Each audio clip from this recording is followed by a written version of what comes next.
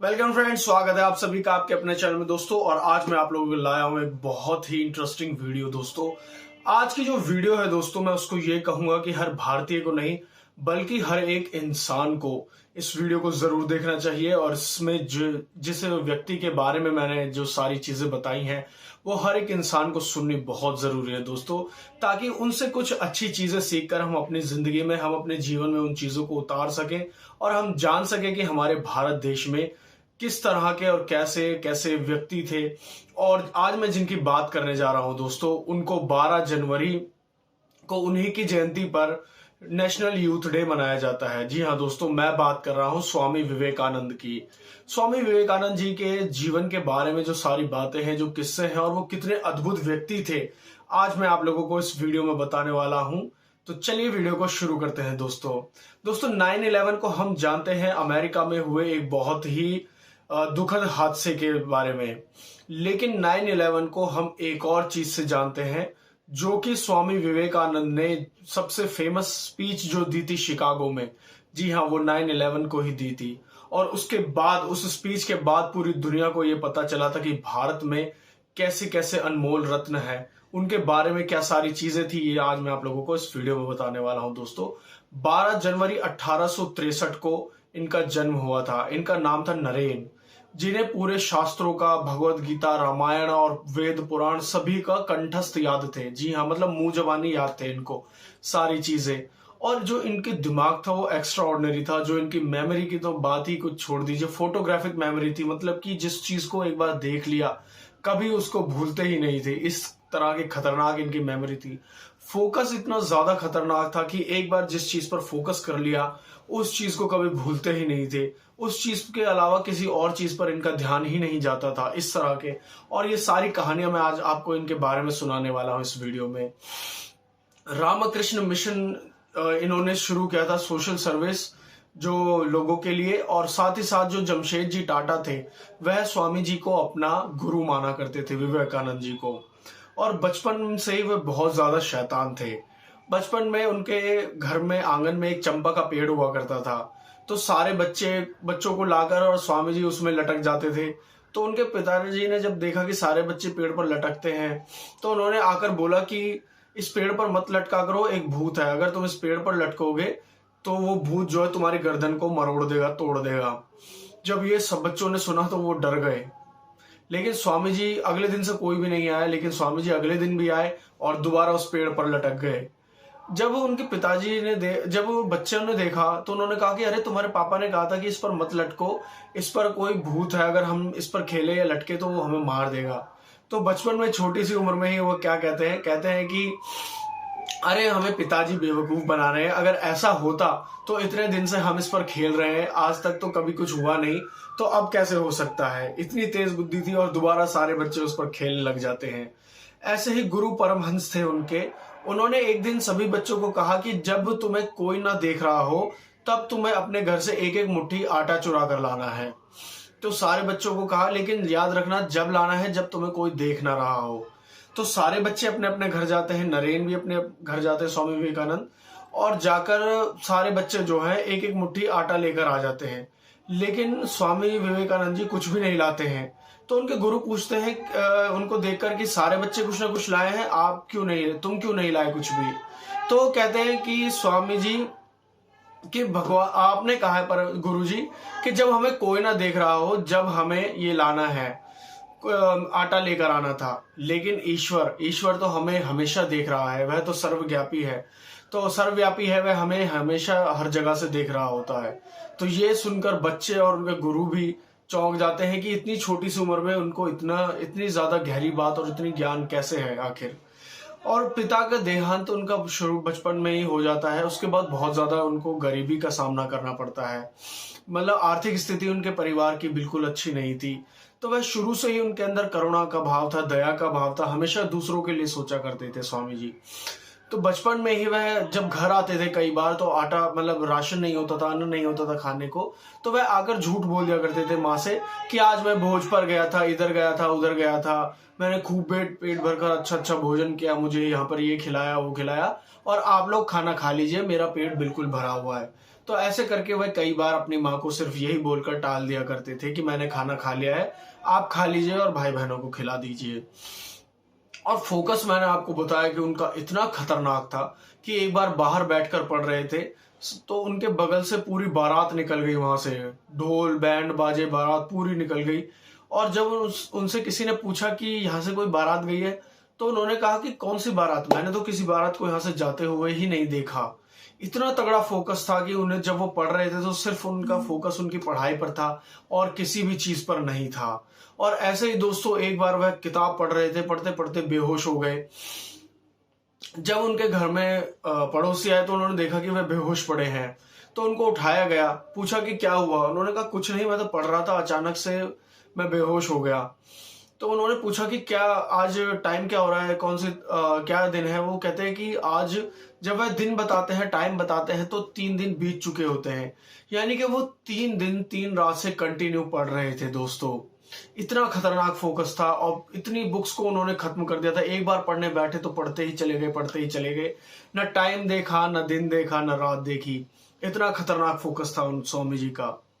और ऐसे ही एक बार बचपन में माँ ने उनसे चाकू मांगा, तो चाकू जब माँ ने मांगा तो उन्होंने धार वाली साइड को अपनी तरफ पकड़ लिया और जो दूसरी साइड थी वो माँ की तरफ कर दी। तो उन्होंने, माँ ने जब ये चीज देखी तो भाइयों को बुलाया, बहन को बुलाया और उनको कहा कि देखो ये करुणा का, दया का भाव है जो इसको सबसे अलग बनाता है। मतलब इसने धार वाली साइड को अपनी तरफ रखा और उसको दूसरी तरफ कर दिया। ये स्वामी जी की शुरू से ही आना वो आदत थी। और शिकागो में वह गए, एक लाइब्रेरी का बहुत ही अच्छा, बहुत ही सुंदर किस्सा है, वो मैं आप लोगों को बताता हूँ। जब शिकागो में वह पढ़ा करते थे तो एक लाइब्रेरी जाते, सुबह किताब लेते, शाम को वापस कर देते, सुबह किताब लेते, शाम को वापस कर देते, सुबह किताब लेते, शाम को वापस कर देते, सुबह किताब लेते, शाम को वापस कर देते। अब ये देखकर लाइब्रेरियन बड़ा परेशान हो गया, उसने अब गुस्से में आ गया, कहा कि जब तुम्हें किताब पढ़नी नहीं होती है तो तुम लेते क्यों हो, जब तुम्हारे बस की नहीं है पढ़ना तो तुम लेते क्यों हो। तो वो कहते हैं स्वामी जी कि कौन कहता है कि मैं तो ये सारी किताबें पढ़ लेता हूँ। और लाइब्रेरियन हैरान हो जाता है कि आखिर ये एक इतनी बड़ी किताब को एक दिन में कैसे पढ़ लेता है। तो पिछले जो उसने अलॉट करी होती है, पिछले 15-20 दिन की किताबें निकालता, कहता अच्छा मैं तुमसे क्वेश्चन पूछता हूँ। स्वामी जी कहते हैं ठीक है पूछो। जब वह स्वामी जी से क्वेश्चन पूछता है तो स्वामी जी ना ही सिर्फ आंसर बताते हैं बल्कि वह ये भी बताते हैं कि 293 पेज का तुम इस 16वें पैराग्राफ का 18वीं लाइन पढ़ रहे हो, ऐसे करके सारा चीज बताते हैं। और वो लाइब्रेरियन जो था, वो लाइब्रेरियन बुरी तरह से हैरान होकर नीचे गिर जाता है कि आखिर ऐसा कैसे हो सकता है, इस बंदे को एक एक लाइन क्या, पैराग्राफ क्या, पेज तक याद है कि कहां पर क्या लिखा हुआ है। इतनी तगड़ी मेमोरी थी उनकी। और एक बार जब एक ब्रिटिशर ने उनसे पूछा कि स्वामी जी, क्योंकि वह हमेशा भगवा वस्त्र पहना करते थे, तो उनसे पूछा कि वो आप ऐसे कपड़े क्यों पहनते हो, आप मतलब कि why don't you wear proper cloth like a gentleman, आप एक जेंटलमैन की तरह कपड़े क्यों नहीं पहनते हो। तो स्वामी जी ने उसको बड़ा ही अच्छा उत्तर दिया।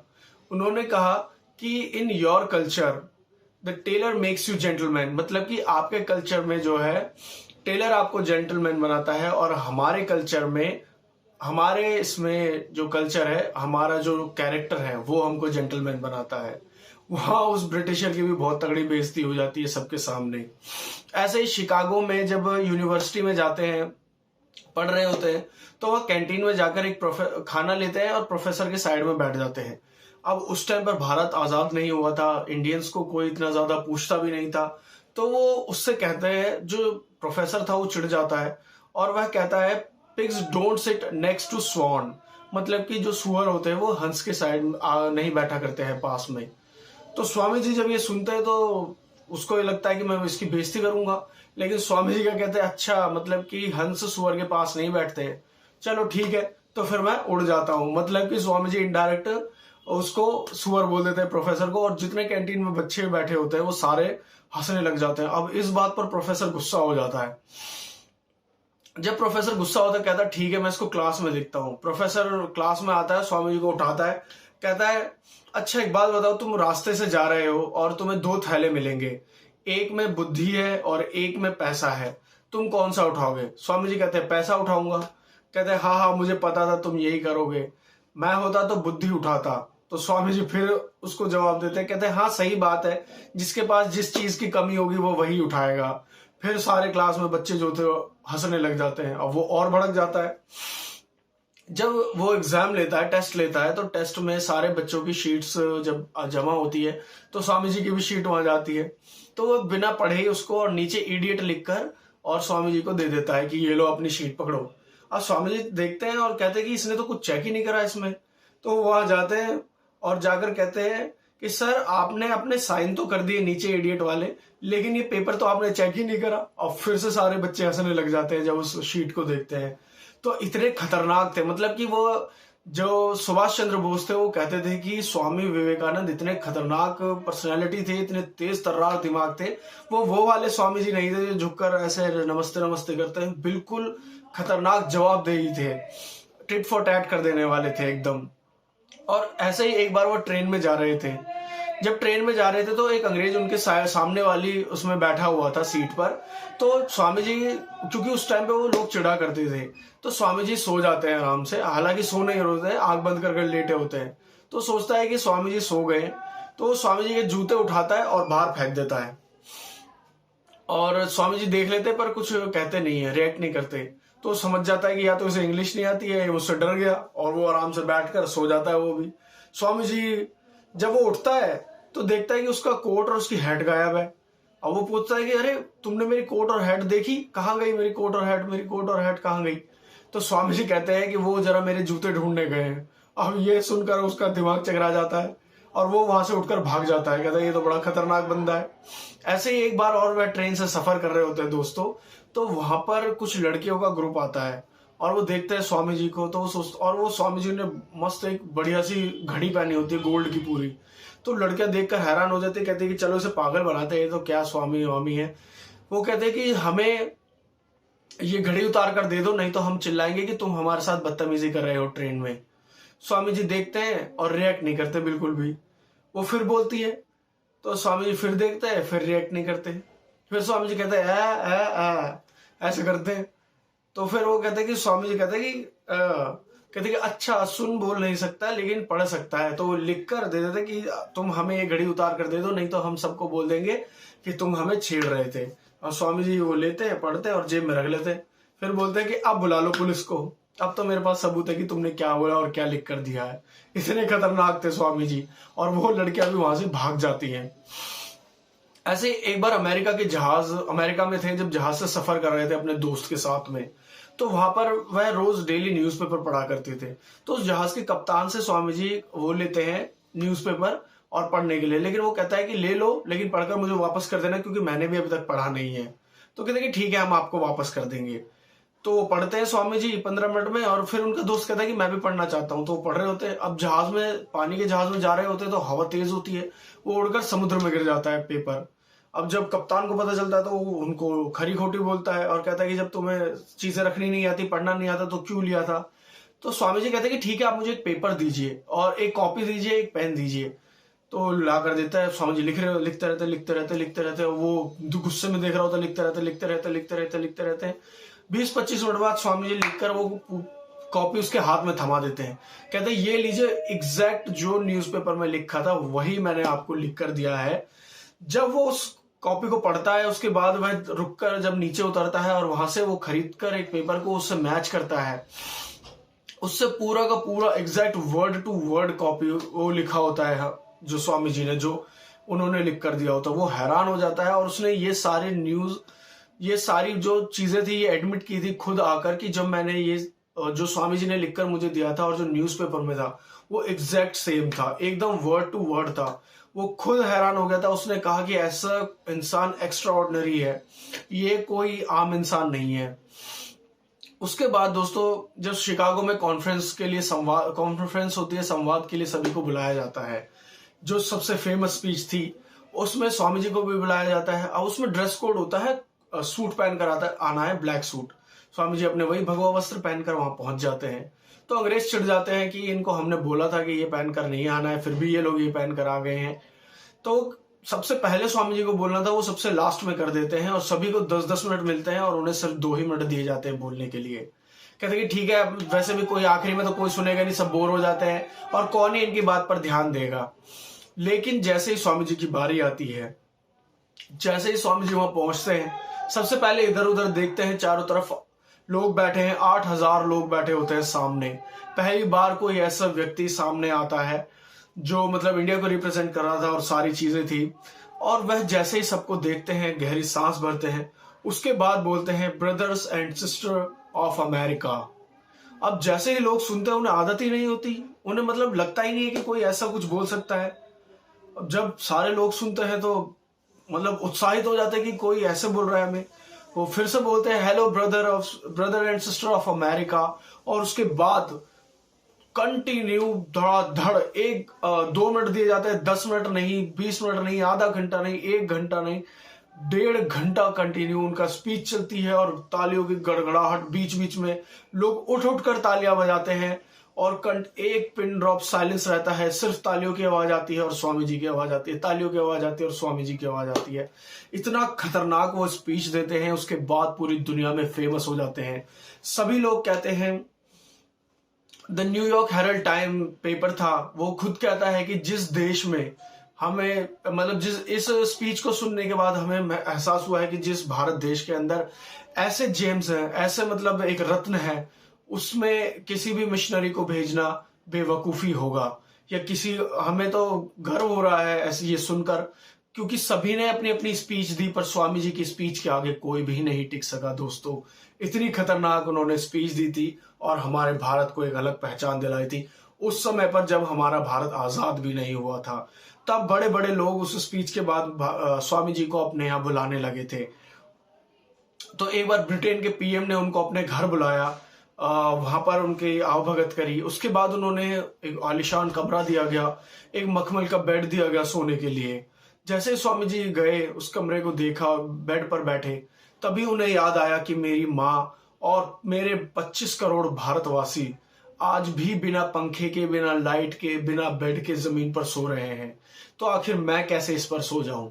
तो स्वामी जी उस बेड पर नहीं सोए, बल्कि वह नीचे जमीन पर सोए। और वह आखिरी टाइम था जब उन्होंने किसी का भी ऐसे कोई इनविटेशन एक्सेप्ट किया था। उसके बाद उन्होंने किसी का कोई इनविटेशन एक्सेप्ट नहीं किया। और ऐसे ही स्वामी जी यूनिवर्सिटी में एक बार लेक्चर देने गए हुए थे। तो वहां पर जब वो, क्योंकि वो बहुत फेमस हो गए थे उस स्पीच के बाद, तो वहां पर एक लेडी, एक सुंदर सी लड़की खड़ी हुई थी जो स्वामी जी को बहुत देर से देख रही थी। तो स्वामी जी लड़कों से बात कर रहे थे, हालांकि स्वामी जी ने देख लिया था कि वो लड़की उन्हें देख रही है बहुत देर से। तो जैसे ही वो लड़के गए, स्वामी जी ने गए और उनको हाथ जोड़कर नमस्ते किया। तो उन्होंने बोला कि स्वामी जी, मैं आपसे कुछ मांगना चाहती हूँ। स्वामी जी बोलते कि बोलिए क्या चाहिए। तो कहते कि मुझे आपके जैसा एक पुत्र चाहिए, मतलब आपके जैसा एक बेटा चाहिए। तो स्वामी जी कहते हैं अच्छा, तो आप मुझसे शादी कर लीजिए। तो स्वामी जी कहते हैं बेटे के लिए शादी की क्या जरूरत है, मैं तुम्हें ऐसे भी दे सकता हूँ। तो कहती है ओ अच्छा, बिना शादी के भी। कहती है ठीक है, मैं तैयार हूँ। तो स्वामी जी कहते हैं लेकिन देखिए, मैं आपको गारंटी नहीं देता कि हमारे संबंधों से जो पुत्र होगा वो बिल्कुल मेरे जैसा ही होगा, लेकिन मैं आपको इस बात की गारंटी देता हूं कि अगर आप मेरे ही जैसा पुत्र चाहते हैं तो आप मुझे अपने पुत्र के रूप में मान लीजिए और मैं आज से आपको अपनी माता के रूप में मान लेता हूं। और उस दिन के बाद से स्वामी जी ने उस लड़की को अपनी माता के रूप में मान लिया। और वह आगे चलकर सबसे बड़ी शिष्याओं में से वह एक लड़की भी उनकी शिष्या बनी थी दोस्तों। ऐसे स्वामी जी थे। एक बार उन्हें मेवाड़ के एक राजा ने अपने यहाँ पर बुलाया दावत के लिए। तो जब वह जिस राजा के कक्ष में बैठे हुए थे, वहां पर कुछ स्त्रियां थी जो नृत्य कर रही थी। तो ये देखकर स्वामी जी को बहुत बुरा लगा और वे वहां से निकलकर बाहर आ गए। फिर उन्होंने पूछा कि क्या हुआ स्वामी जी, आप बाहर क्यों आ गए। कह रहे इससे ज्यादा शर्म की बात कुछ नहीं हो सकती कि मेरे लिए या मेरे उसके लिए लड़कियां जो है या औरतें जो है मेरे सामने नाचे, मतलब कि मेरे एंजॉयमेंट के लिए कोई मेरे सामने नाचे, वो भी भारत के। हम भारत में जो स्त्री है उनको माता का रूप मानते हैं और वो मेरे सामने नाचे, ये मुझे बिल्कुल भी बर्दाश्त नहीं होगा। और वे वहां से चले जाते हैं। तब वह राजा को भी ये बात समझ में आती है। ऐसे ही दोस्तों 1902 में जो स्वामी जी थे उनकी तबीयत बहुत ज्यादा खराब हो गई थी। तो उनकी माँ, उन्होंने एक रूल बनाया हुआ था कि उनके आश्रम में कोई भी स्त्री को प्रवेश नहीं दिया जाएगा। तब उनकी माँ को बुलाया जाता है वहां पर, क्योंकि स्वामी जी की तबीयत बहुत ज्यादा खराब थी तो उनकी माँ को बुलाया जाता है। लेकिन जैसे ही स्वामी जी आंख खोलते हैं, देखते हैं कि उनकी माँ उनके कमरे में खड़ी है, तो स्वामी जी गुस्सा होते हैं, अपने शिष्यों को बुलाते हैं और कहते हैं कि मेरी माँ अंदर कैसे आई। तो कहते हैं कि स्वामी जी आपकी तबीयत ठीक नहीं है, आपकी देखभाल के लिए आई हैं। कहते हैं नहीं, जो इस यहाँ का रूल है वो सभी के लिए है, चाहे वो मेरी माँ हो या कोई भी हो। ये जो रूल है आश्रम का वो हमेशा वही रहेगा। और वो है अपनी माँ को भी यही कहते हैं कि आप यहाँ से चले जाइए, आश्रम में मत आइएगा दोबारा। इसी तरह से दोस्तों, लेकिन अगले ही महीने क्या होता है दोस्तों, अगले ही महीने 39 साल की उम्र में स्वामी विवेकानंद जी का देहांत हो जाता है। 31 बीमारियां होती हैं उनको अलग अलग, जिसमें माइग्रेन, कैंसर, टॉन्सिल और asthma, liver fail, kidney fail, digestion problem और भी अलग अलग हार्ट, बैक पेन और हार्ट प्रॉब्लम। और इसी तरह से उनका जो है इस वजह से अलग अलग 31 बीमारियां थी, जिनकी वजह से 39 साल की उम्र में कार्डियक अरेस्ट की वजह से उनका देहांत हो जाता है दोस्तों। लेकिन स्वामी विवेकानंद ने अपने 39 साल की उम्र में भारत को जो पहचान दिलाई, लोगों को जो आदर्श दिए, वो बहुत ही अलग थे। उनकी कुछ बातें हैं जो मैं आप लोगों के साथ शेयर करना चाहूंगा। स्वामी जी हमेशा कहते थे कि उसे कभी मत भूलना जिसने कभी भी तुम्हारी मदद की हो, हमेशा उसे याद रखना जिसने कभी भी तुम्हारी मदद की हो। और कभी उसे धोखा मत देना जिसने तुम पर विश्वास किया हो, मतलब कि उसका भरोसा कभी मत तोड़ना। और ऐसे ही स्वामी जी कहते थे कि अगर तुम किसी की मदद नहीं कर सकते हो, मदद के लिए हाथ नहीं बढ़ा सकते हो, तो कम से कम अपने हाथ ऐसे जोड़ लो ताकि उस सामने वाले को बुरा भी ना लगे। और इसी तरह से उन्होंने कहा कि कभी किसी से नफरत मत करना, कभी उससे नफरत मत करना जिसने तुमसे प्यार किया हो। ये ऐसी अद्भुत बातें स्वामी जी ने बताई हैं। उनके और भी सारी चीजें हैं, पर ये वीडियो बहुत ज्यादा लंबी हो जाएगी अगर मैं इस पूरी वीडियो को उनके बारे में बताने के लिए बैठूंगा दोस्तों। तो ये थे स्वामी विवेकानंद जी। अगर वीडियो अच्छी लगी तो उसको लाइक कीजिएगा, चैनल को सब्सक्राइब कीजिएगा और वीडियो को ज्यादा से ज्यादा लोगों के साथ शेयर कीजिएगा दोस्तों। जय हिंद।